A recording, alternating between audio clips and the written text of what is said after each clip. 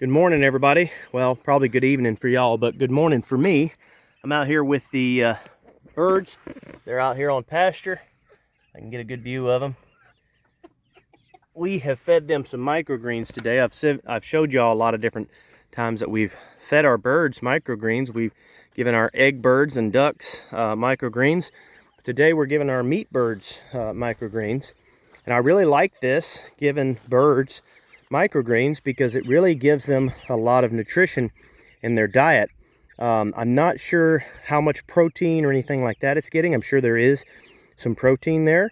I would have to do a little bit more research, so I'm not going to tell y'all something I'm not fully researched on. So I haven't done a whole bunch of research what's left over in the root structure and all like that. There may not be a lot, but I know that there is a lot of good for them, and I know that it's a lot. It's something that they enjoy a lot. But there are some other benefits that I wanted to talk about from a regenerative standpoint. These birds are getting to eat what's left of this, okay? They're spreading this out all over the pasture. They're getting it all spread out rather than us having to put it inside of a spreader and come out here and spread it, if that's something we were going to do. They're inoculating this, what's left over. They're inoculating this with chicken manure as well. So there's a lot of root mass left over in this, a bunch of root mass, and then there's also a lot of broken up wood chips that is in this, just all kinds of different stuff that's in the soil.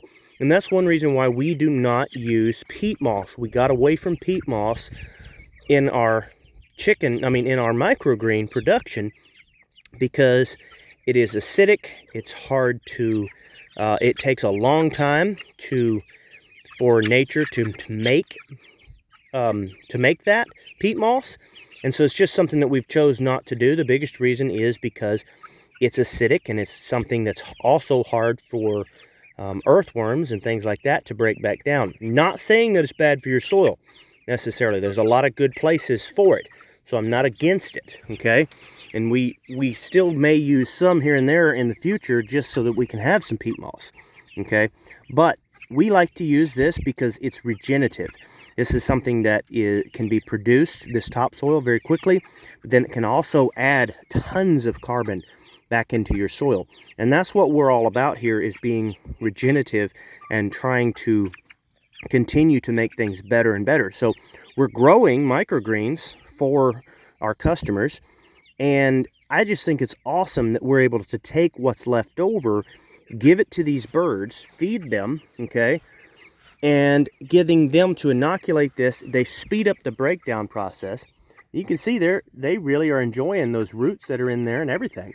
You know, chickens love to scratch through the dirt and eat what's there. That's what they're made for.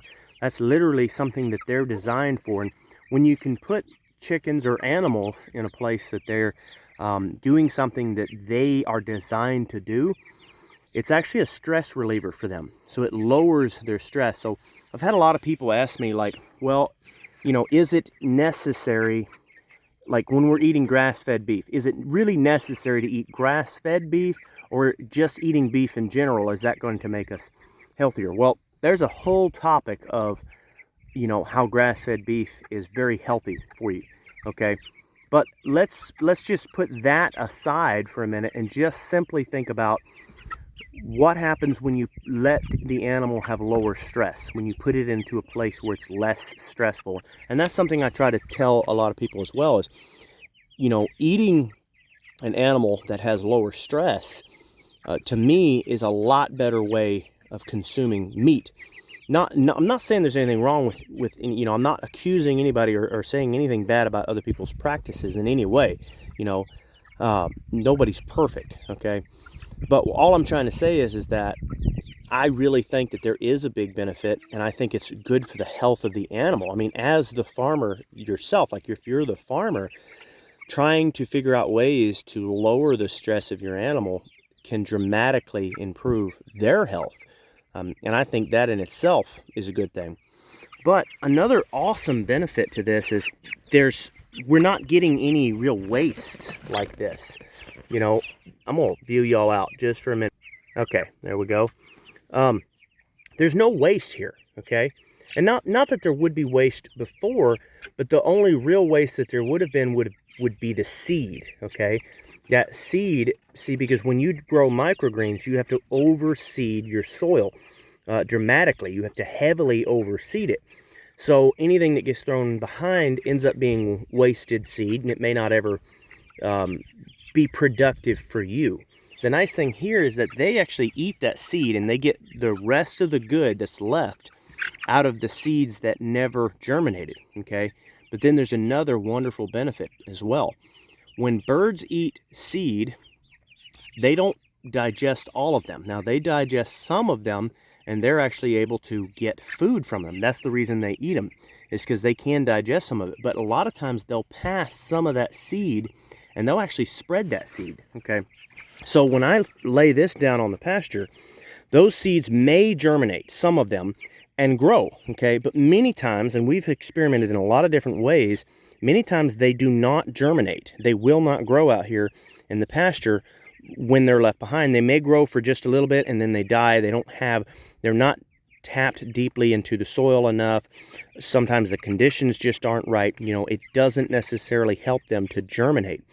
But when they pass through the body of a chicken or something like that, they will actually, I find that everywhere that the chickens eat them, those plants that are left behind, those seeds, they will always germinate.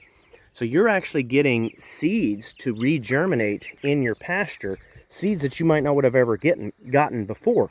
So that's the nice thing, is that we're actually inoculating our soil with different types of seed that are winter growth seeds that our cows can actually benefit from. Our cattle can actually eat a lot of those winter growth seeds, but also like the beets and things like that will actually break up the soil and add nutrients back to the soil. That red that you're looking at, those are beets. That's a beet down in there. And so those beets will start to come up. This right here, this is buckwheat. This really leafy plant here. I really like this buckwheat microgreen, incidentally.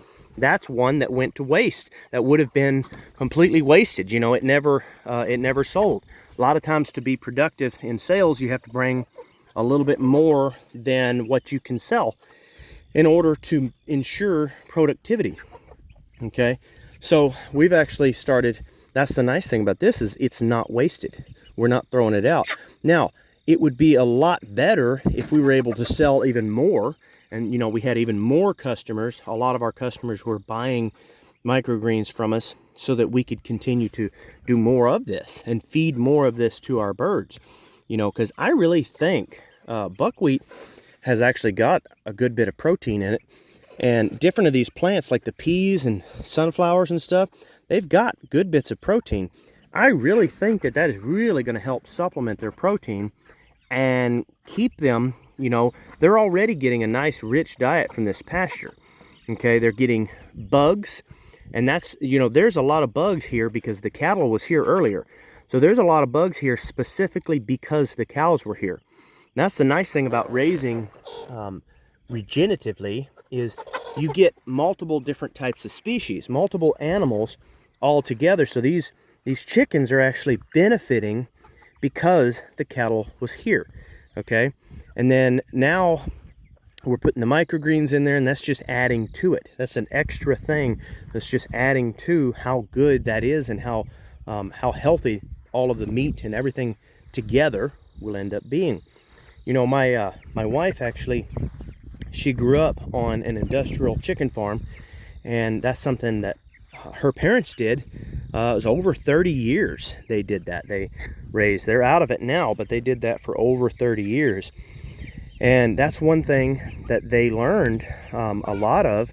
They learned a lot of different things about chickens, you know, with that, because there's a lot of science that goes into that. There are actually paid scientists that have learned so much about chickens and raising chickens and stuff. And whether you agree with that type of raising birds or not, there's still a lot of science that goes into that, and there's a lot of things you can learn from that.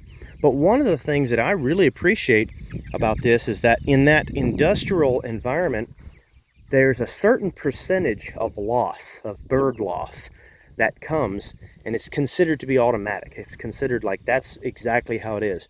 What I like is that in this setting, our percentage is much, much lower than that industrial percentage of loss. Okay, it's still a low loss. It's not like there's a lot of birds being lost even in that industrial setting. But that's just one thing that I like. That tells me that there's something that these birds are getting that those other birds are not. And I think that it's the lack of stress. I really do. So maybe I'm wrong about that. But back to the microgreens. The microgreens, I think it's just a wonderful thing, but also they're spreading all of this stuff out. So I don't even have to spread this out.